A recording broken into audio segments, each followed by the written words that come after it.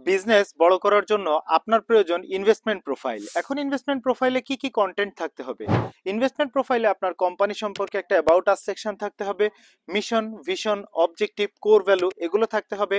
আপনাদের কোম্পানির সিইও অথবা চেয়ারম্যান তাদের একটা শর্ট প্রোফাইল থাকতে হবে, তাদের একটা মেসেজ থাকতে হবে, আপনার কোম্পানির প্রোডাক্ট এবং সার্ভিস সম্পর্কে স্বচ্ছ ধারণা থাকতে হবে, কাস্টমারের টেস্টিমোনিয়াল থাকতে হবে, আপনার কোনো সার্টিফিকেশন থাকলে সেগুলো থাকতে হবে।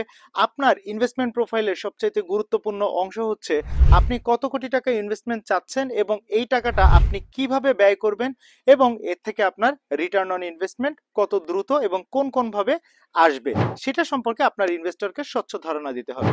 সো এই সব কিছু মিলিয়ে আমরা যেটা করে দিচ্ছি আমাদের সম্মানিত ক্লায়েন্টদের জন্য সেটা হচ্ছে ইনভেস্টমেন্ট প্রোফাইল।